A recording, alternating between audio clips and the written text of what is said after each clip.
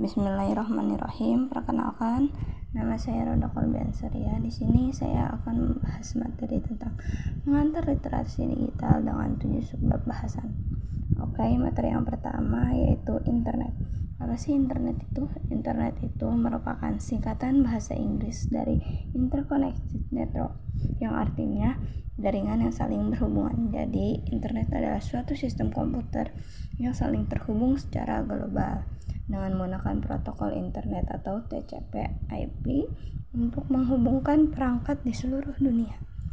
Hampir seluruh dunia menggunakan internet karena internet ini sangat membantu kita dalam mencari informasi dengan cara kerjanya, yaitu kita cukup gunakan komputer kita untuk mengakses internet dengan memberikan atau menuliskan data yang kita cari atau inginkan, mengirim pesan ke seseorang.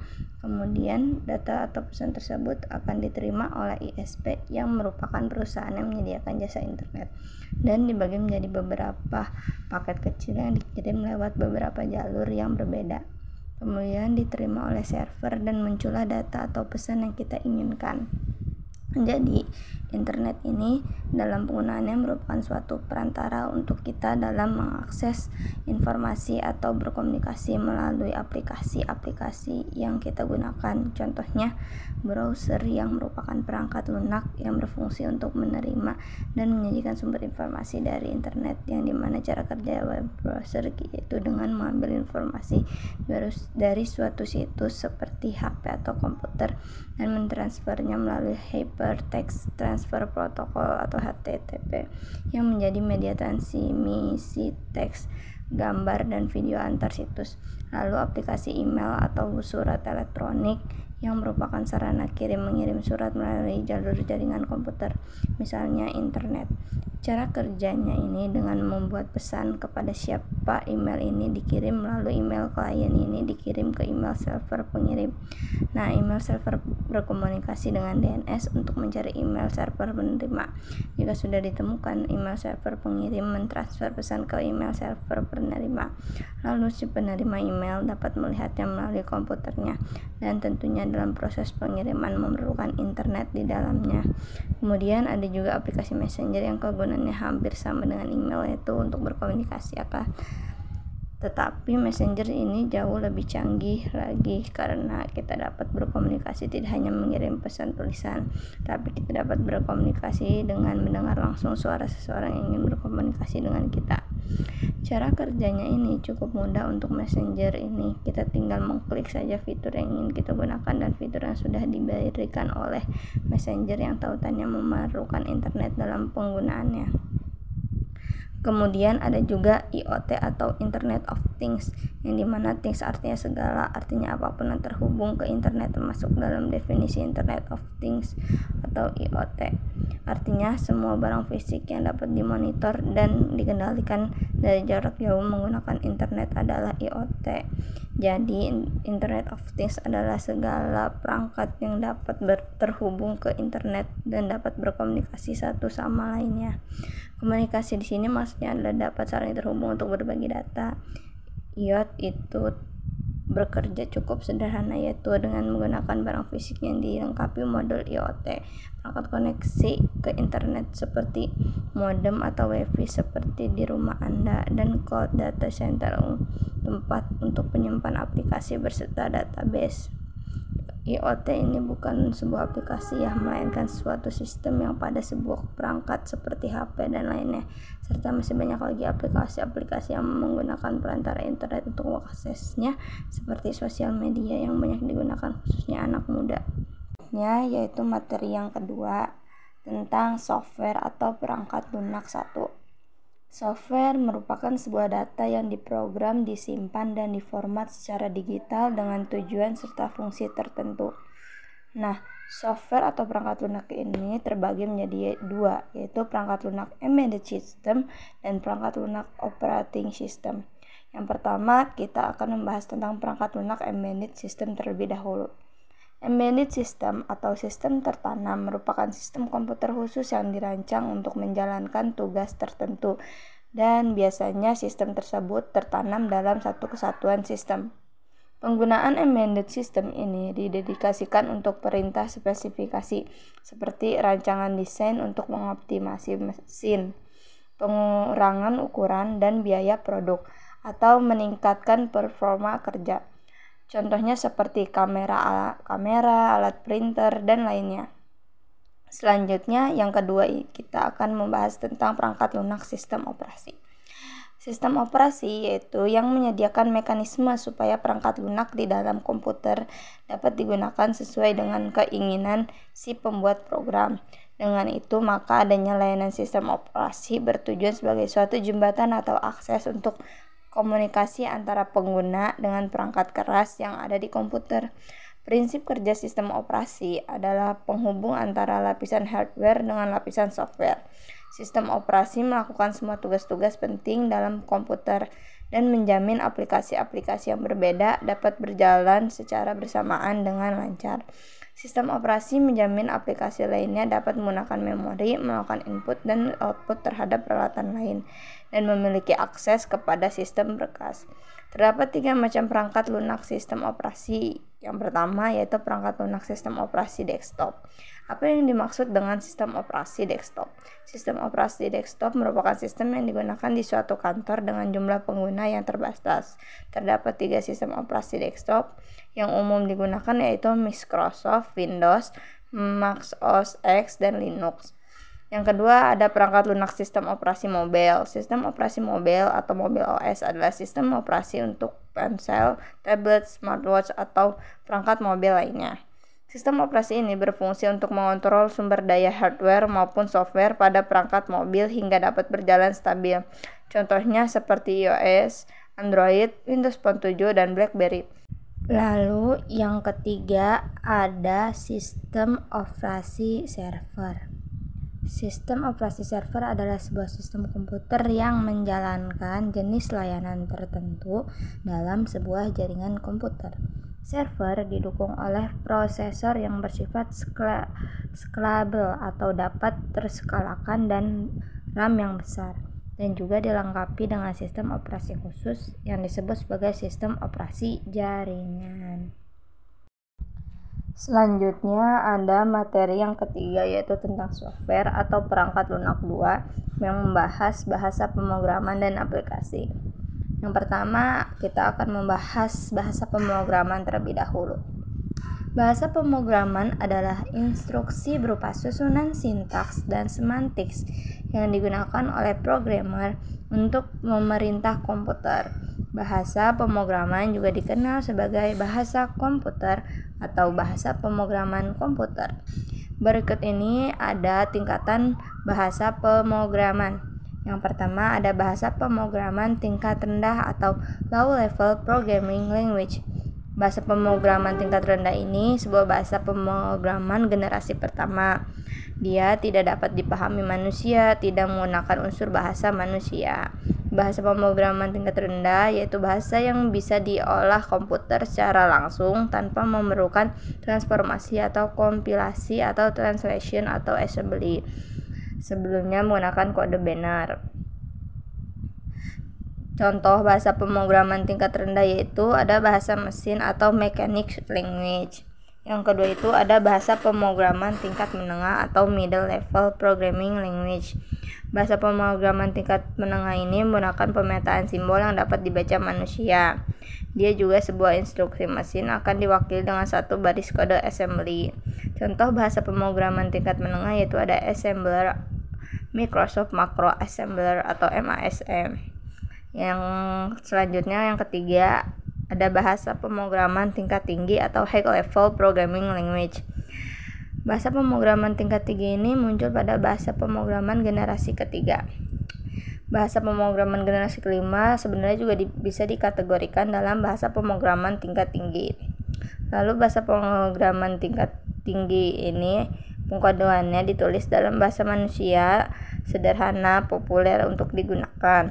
Contoh bahasa pemrograman tingkat tinggi yaitu C++, Visual Basic, PHP, Delphi, dan Pascal. Yang keempat ada bahasa pemrograman tingkat sangat tinggi atau Object Oriented dan Visual atau Very High Level. Bahasa pemrograman tingkat sangat tinggi ini dapat dikategorikan sebagai bahasa pemrograman tingkat tinggi karena pendekatan object oriented juga diterapkan pada bahasa pemrograman tingkat tinggi. Bahasa pemrograman tingkat sangat tinggi ini merupakan pengembangan dari bahasa pemrograman tingkat tinggi, memiliki tingkat abstraksi yang sangat tinggi. Contoh bahasa pemrograman tingkat sangat tinggi yaitu ada PHP, Visual Basic, Java, JSP, dan ASP. Selanjutnya perangkat lunak aplikasi. Di sini karena saya jurusan akuntansi, maka saya akan membahas perangkat lunak aplikasi keuangan. Perangkat lunak aplikasi keuangan itu sebuah program aplikasi yang memang dirancang khusus untuk mempermudah pekerjaan para akuntan dalam pencatatan transaksi usaha yang sama dengan apa yang dilakukan secara manual. Dalam aplikasi keuangan ada beberapa model aplikasi pencatat keuangan. Yang pertama yaitu ada aplikasi pencatat keuangan berbasis teks mode. Aplikasi ini yang digunakan zaman dahulu, bisa dilihat seperti itulah gambarannya pada gambar. Yang kedua itu ada aplikasi pencatat keuangan berbasis desktop. Aplikasi keuangan berbasis desktop adalah jenis perangkat lunak yang diinstal dan dijalankan pada komputer lokal atau server dalam suatu jaringan. Software ini digunakan untuk membantu mengelola keuangan dan akuntansi bisnis, termasuk memproses transaksi keuangan, menghasilkan laporan keuangan, dan memantau arus kas. Ketiga, ada aplikasi pencatat keuangan berbasis web. Aplikasi pencatat keuangan berbasis web ini adalah sebuah aplikasi web yang dibuat dan digunakan untuk memudahkan dalam pencatatan keuangan setiap hari. Aplikasi dilengkapi dengan fitur login sistem, tambah kategori, transaksi pencatat pemasukan, pengeluaran, dan detail transaksi per tanggal. Lalu yang keempat ada aplikasi pencatat keuangan berbasis mobile. Mobile banking adalah sebuah fasilitas keuangan dari sebuah bank bagi para nasabah. Aplikasi tersebut memungkinkan nasabah dari suatu bank untuk mengakses banyak fitur perbankan tanpa harus mengunjungi bank secara langsung. Pada era ini banyak sekali orang-orang yang melakukan pembayaran secara online, entah itu melalui ShopeePay, Dana, GoPay, dan lainnya, yang merupakan suatu aplikasi yang akan berujung pada bank-bank juga. Oke, menuju materi yang selanjutnya yaitu ada materi yang keempat tentang perangkat input-output. Pada sistem komputer ada beberapa perangkat yang digunakan, yaitu ada perangkat input, output, penyimpanan, atau CPU. Nah, pada materi kali ini kita akan membahas pelajaran input dan output terlebih dahulu. Lalu apa sih perangkat input dan output itu? Perangkat input dan output adalah suatu komponen pada sistem komputer yang dimana perangkat input itu digunakan untuk memasukkan data atau informasi ke dalam sistem atau program komputer. Contohnya dalam menggunakan komputer kita memerlukan perangkat input berikut, diantaranya yang pertama ada keyboard, yang berfungsi untuk memasukkan data berupa huruf, angka, dan simbol, serta melakukan perintah-perintah pada komputer. Nah, lalu ada perangkat input yang kedua berfungsi untuk, yaitu mouse, yang berfungsi untuk menggerakkan kursor, scroll, di mana keduanya akan membuat komputer bisa menjalankan perintah yang diinginkan oleh pengguna. Dan masih banyak lagi perangkat input seperti like pen, touchpad yang mirip seperti mouse kegunaannya, lalu ada mikrofon, joystick, dan lain-lainnya. Lalu perangkat yang kedua itu perangkat output.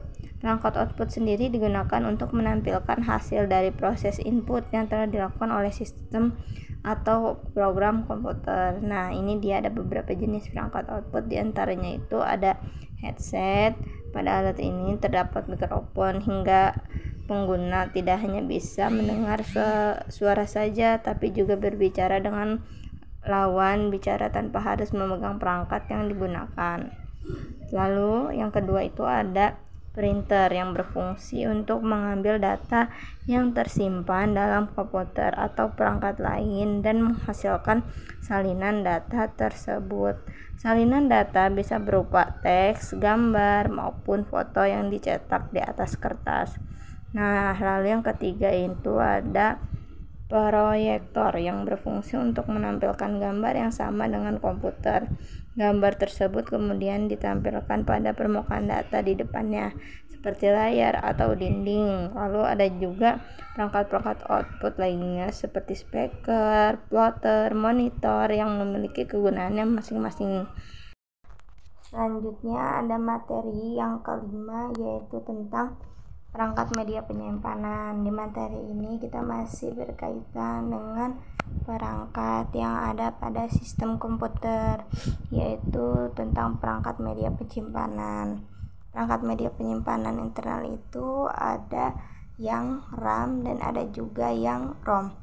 Perbedaan penyimpanan RAM dan ROM yaitu data yang disimpan pada ROM atau stroke pada smartphone dan komputer akan bersifat permanen atau tidak hilang saat perangkat dimatikan.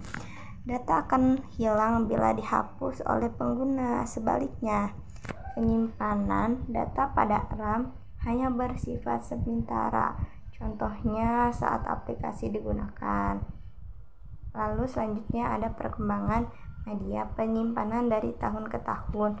Dimulai dari tahun 1725 ada media penyimpanan punch card yang memiliki kapasitas 90 karakter. Lalu tahun 1947 ada pilihan 1P yang memiliki kapasitas 0,625 KB. Lalu di tahun 1950 ada drum memory yang memiliki kapasitas 10 KB. Berikutnya di tahun 1951 ada Uniservo 1 yang memiliki kapasitas 128 bits. Berikutnya pada tahun 1956 ada IBM 350 dengan kapasitas 4,4 MB. Kemudian pada tahun 1972 ada Compaq kaset dengan kapasitas 660 KB. Berikutnya pada tahun 1976 ada floppy disk atau disket dengan kapasitas 1,2 MB. Lalu pada tahun 1980 ada IBM 3380. Perangkat penyimpanan data pertama di dunia yang dapat menyimpan data mencapai ranah gigabyte. Berikutnya pada tahun 1990 ada Compact Disk Air dengan kapasitas 700 MB. Kemudian pada 1994 ada Zip Disk yang merupakan disk berlapis magnetik berkualitas tinggi yang memiliki beberapa kapasitas. Ada yang 100 MB, 250 bahkan 750 MB. Yang dimana untuk ukuran 100 MB saja kapasitasnya telah melampaui 70 kali kapasitas disket biasa. Lalu berkembang lagi pada tahun 1996 ada Seagate Barracuda yang sudah termasuk ke dalam standar penyimpanan modern dengan kapasitas 2,5 GB atau 2,5 GB. Lalu tahun 1999 ada USB flash drive yang biasa dikenal oleh flash disk yang sampai saat ini masih digunakan, yang berguna untuk memindahkan data dari satu komputer ke komputer lainnya atau untuk menyimpan data untuk batch cup dengan kapasitas yang bisa sampai 1 tera saat ini. Kemudian ada SD card pada tahun 2000 mendapat perhatian saat pertama kali diperkenalkan bagi kalangan pengguna kamera maupun HP. Lalu pada era saat ini ada external hard disk, kemudian solid state drive atau SSD, dan cloud storage dengan memiliki penyimpanan tersendirinya. Dan berikut ini ada bentuk-bentuk dari media penyimpanan dari yang tidak mudah dibawa kemana-mana sampai bisa dengan mudah dibawa kemana-mana. Yang pertama itu ada drum memory magnetic max 10 KB YTE lah, yang bisa dilihat sendiri gambarnya itu yang tidak memungkinkan untuk dibawa kemana-mana. Lalu ada Uniservo 128 bit per inci. Kemudian ada IBM 350 4.4 MBT. Kemudian ada cache tab 660 KB. Kemudian ada floppy drive 800 KBP atau 1, sampai 1,4 MGBP. Berikutnya ada IBM 3380 atau 2,52 GBITE. Kemudian ada optical drive, CDV, DVD, Blu-ray. Kemudian ada zip disk 100 sampai 750 MBITE. Kemudian ada hard disk, flash, dan terakhir flash disk. Dan sangat-sangat terakhir itu ada solid state drive atau SSD TB. Selanjutnya materi yang keenam tentang perkembangan CPU atau komputer dari masa ke masa. Sebelum kita lihat perkembangannya, mari kita bahas terlebih dahulu apa itu CPU komputer. PC atau personal komputer atau lebih dikenal dengan komputer memiliki generasi-generasi CPU atau Central Processing Unit yang berbeda-beda. Ada banyak perusahaan yang memproduksi CPU, contohnya AMD dan Intel adalah perusahaan besar yang memproduksi CPU. CPU ini merupakan bagian penting dalam sebuah komputer yang berfungsi sebagai otak komputer. Tanpa adanya prosesor, sebuah komputer tidak dapat berjalan. Prosesor yang ada saat ini sudah sangat cepat sekali. Tentu saja kecepatan ini mempunyai perkembangan atau sejarahnya. Nah, ini dia tabel kemampuan CPU dengan tingkat kecepatan dan kapasitasnya. Dan di era ini CPU yang sering digunakan ada di urutan 17 sampai 19. Kemudian ada juga perkembangan komputer dari generasi 1 sampai dengan generasi kelima. Yang pertama itu ada generasi pertama dimulai ketika komputer digunakan dalam akademik dan militer, seperti komputer Atanasoff Berry dibuat pada tahun 1937 untuk menyelesaikan sistem persamaan linear dan komputer Clausus untuk memecahkan kode rahasia Jerman Nazi. Kemudian ENIAC yang dibangun pada tahun 1946 menjadi komputer pertama untuk tujuan umum. Ketika komputernya dinyalakan untuk pertama kali, Philadelphia mengalami mati listrik.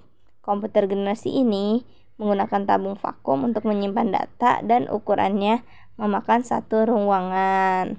Selanjutnya generasi kedua dimulai ketika transistor menggantikan tabung vakum UNIVAC diperkenalkan ke publik tahun 1951 untuk penggunaan komersial. Kemudian pada tahun 1953, IBM memulai bisnis komputernya dengan merilis IBM 650 dan IBM 700.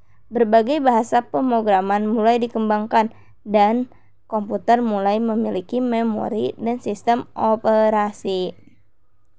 Selanjutnya, generasi ketiga dimulai ketika teknologi transistor meningkat menjadi sirkuit terpadu. Komputer mini adalah inovasi yang signifikan dalam generasi ini dan mempengaruhi generasi komputer selanjutnya. NASA menggunakan komputer generasi ini untuk melancarkan program Apollo, seperti komputer bimbingan Apollo untuk mempermudah kendali Apollo Command atau Service Module. Digital Equipment Corporation menjadi perusahaan komputer nomor 2 di belakang IBM dengan komputer PDP dan faksnya.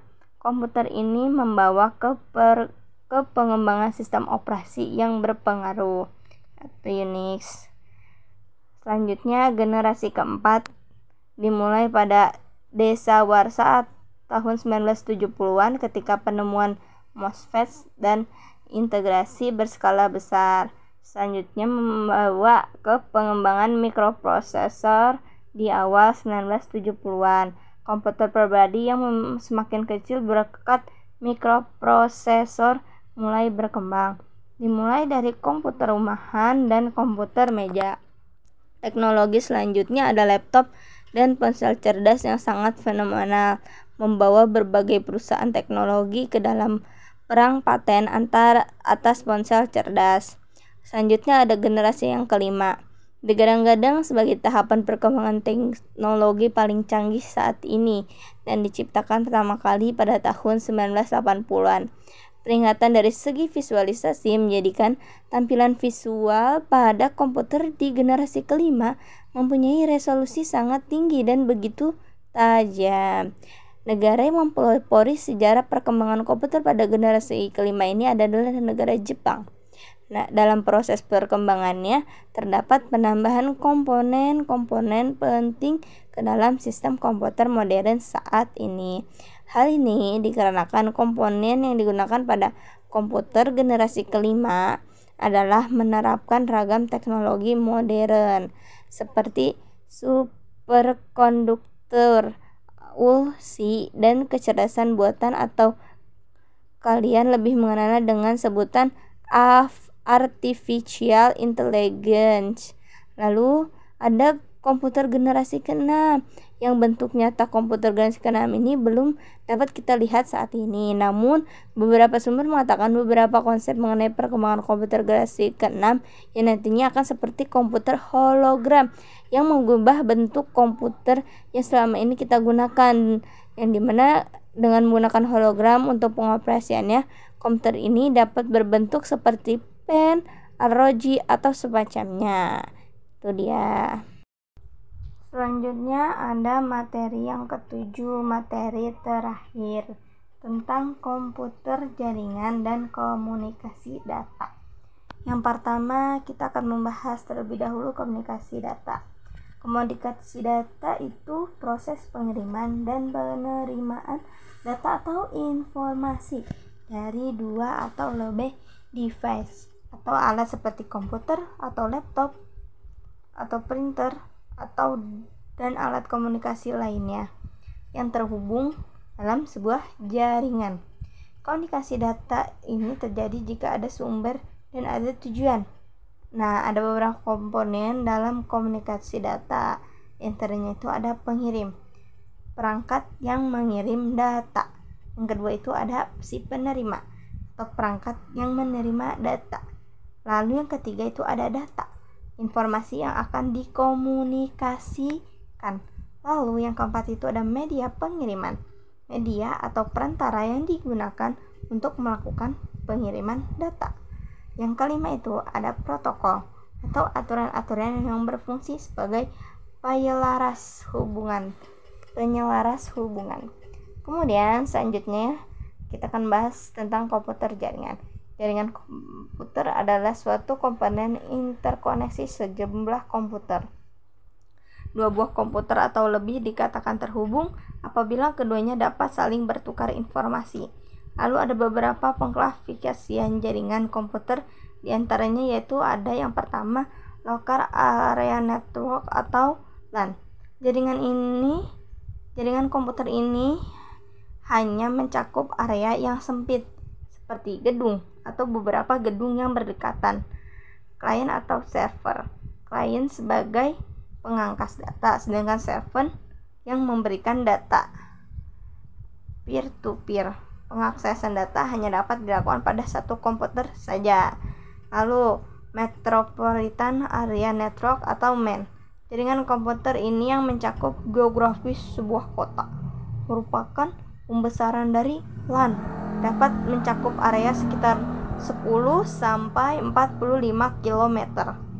Lalu yang ketiga itu ada Wide Area Network yang mencakup geografis yang luas, misalnya sebuah negara ataupun benua. Lalu yang keempat itu ada topologi jaringan komputer, yang merupakan metode atau cara yang digunakan agar bisa menghubungkan satu komputer dengan komputer lainnya.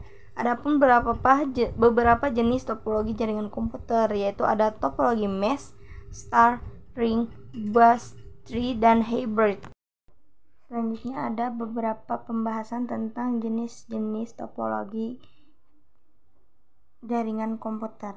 Yang pertama yaitu jenis topologi ring.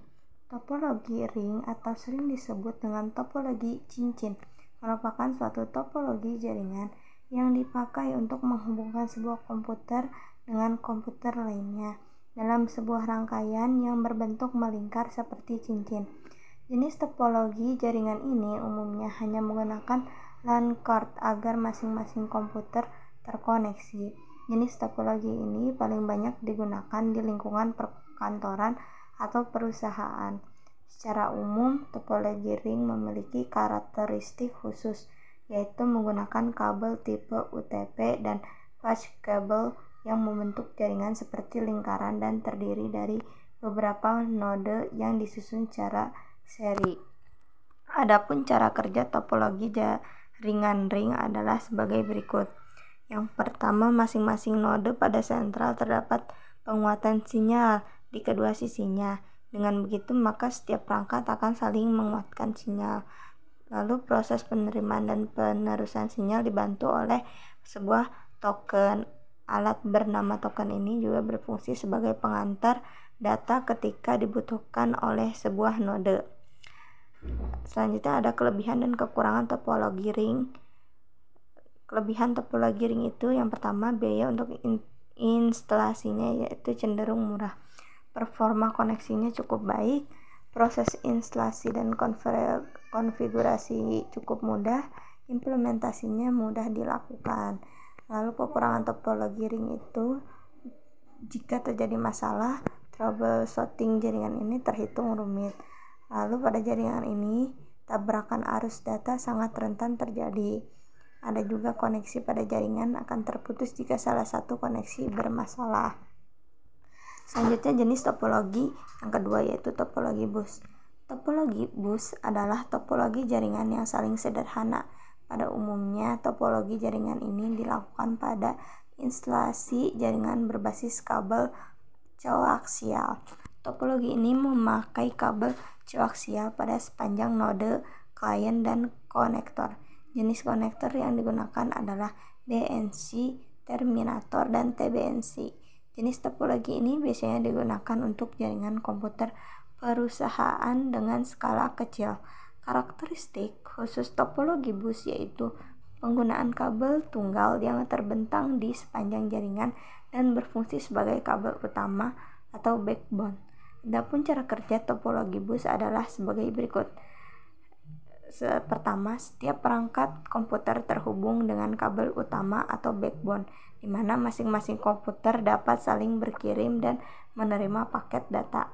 Yang kedua, proses pengiriman paket data antar komputer hanya dapat dilakukan ketika kabel utama dan dalam keadaan bebas di mana komputer lain sedang tidak melakukan pertukaran data.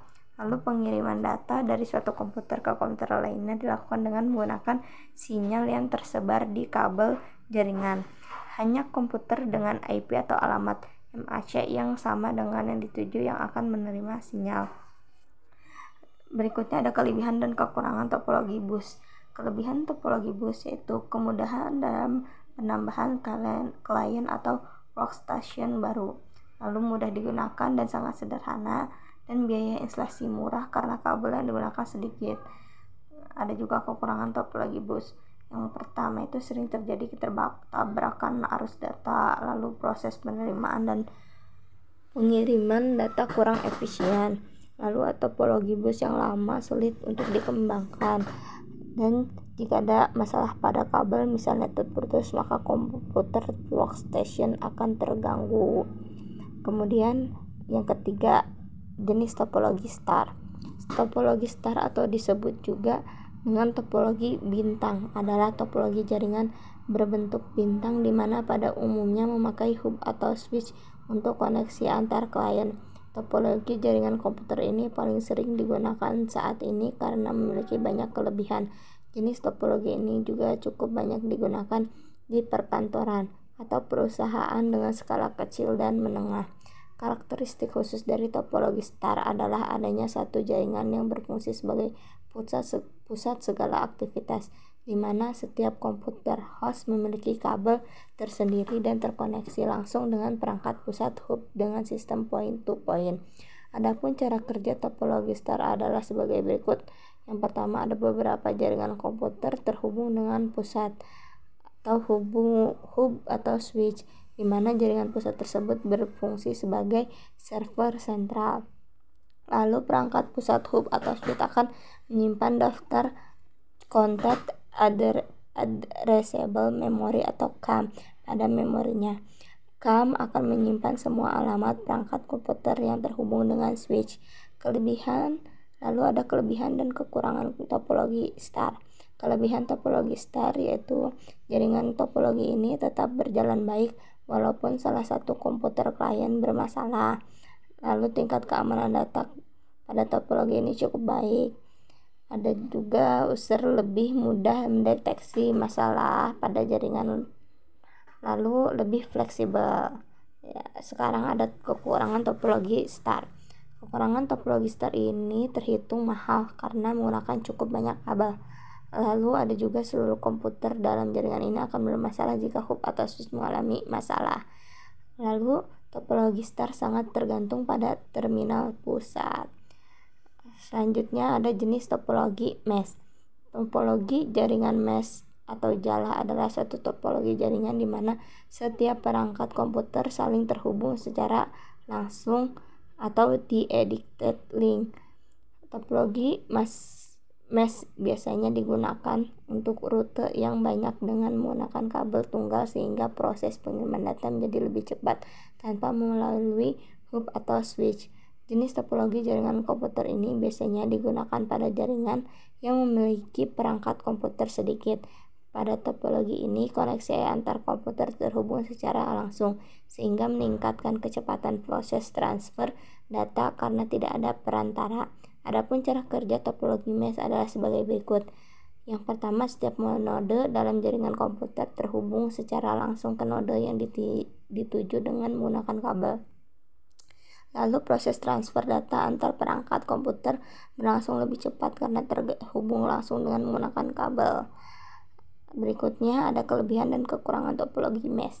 Kelebihan dari topologi mesh yaitu bandwidth limitnya cukup besar, security data pada teknologi ini sangat baik, lalu tidak terjadi tabrakan arus data karena jalur pengiriman data sangat banyak.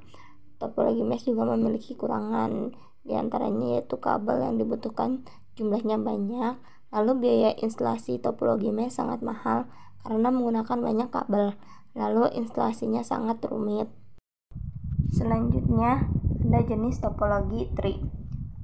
Topologi tree atau topologi pohon adalah hasil penggabungan dari topologi bus dan topologi star.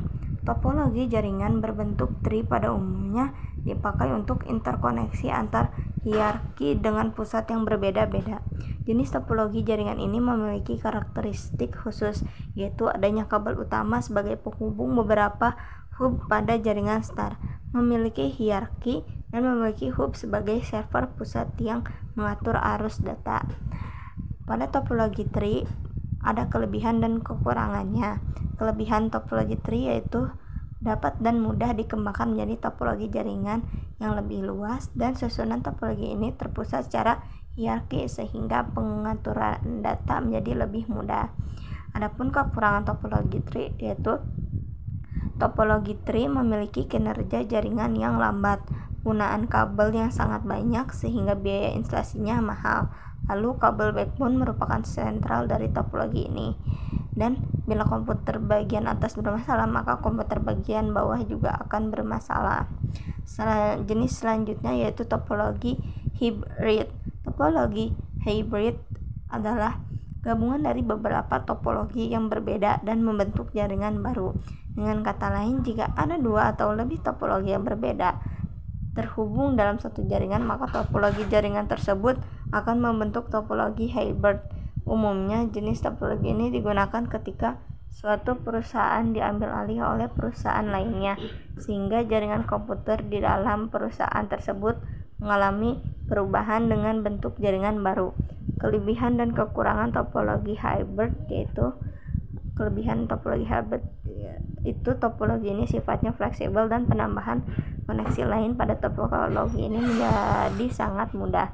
Adapun kekurangan topologi hybrid ini yaitu proses instalasi dan pengaturannya cukup rumit, dan manajemen pada topologi hybrid sangat sulit dilakukan, serta biaya untuk membuat topologi ini cukup mahal.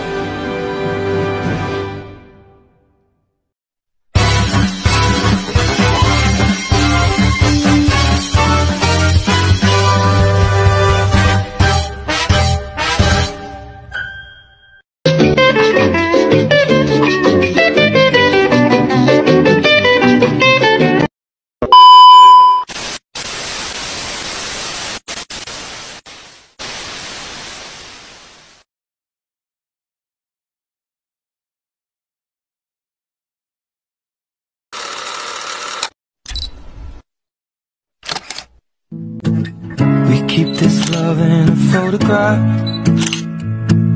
We made these memories for ourselves, where our eyes are never closing, our hearts are never broken, and time's forever frozen still.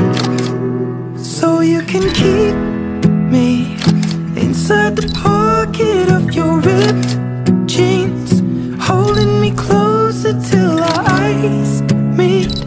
You won't ever be alone. Wait for me to come home.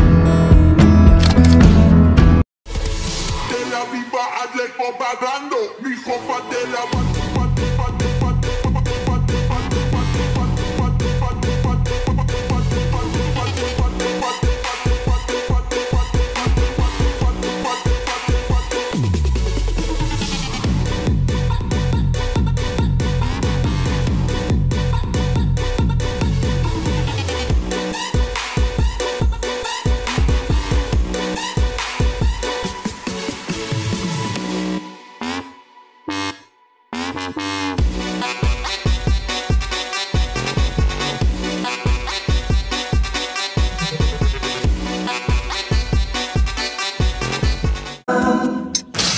Beri satu permintaan. Satu aja. 3 bisa? Gampang. Caranya gimana? Sok. Asik. Kok bisa sakti? Dari sononya. Dari sono mana? Dari nenek moyang. Moyangmu siapa? Kok nggak ikut? Ada pin BB-nya? Mulut apa kenal pot bocor sih? Siapa bocor? Mampet kenal potnya mampet. Lanjut.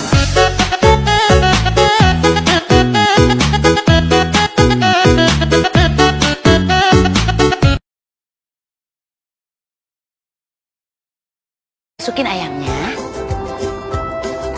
Nah, tambahin bumbu. Nah, sekarang kasih salam. Selamat pagi, ayam.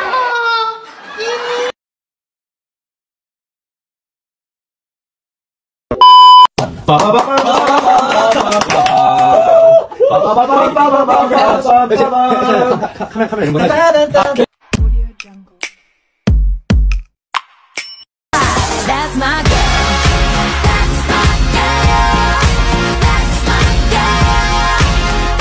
Oh, amat dekat tuh.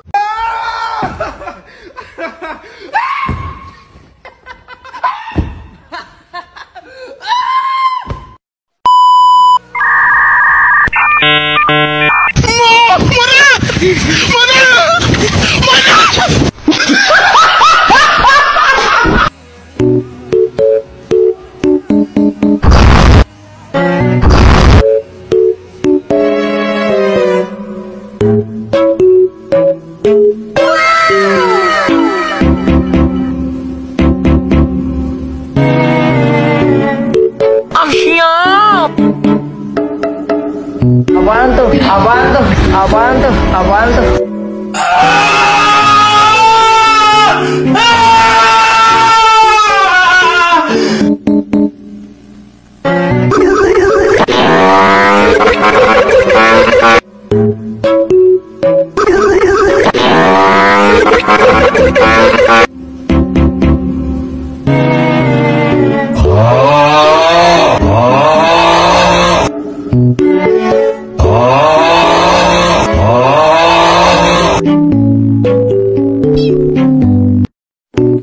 Aku punya ini.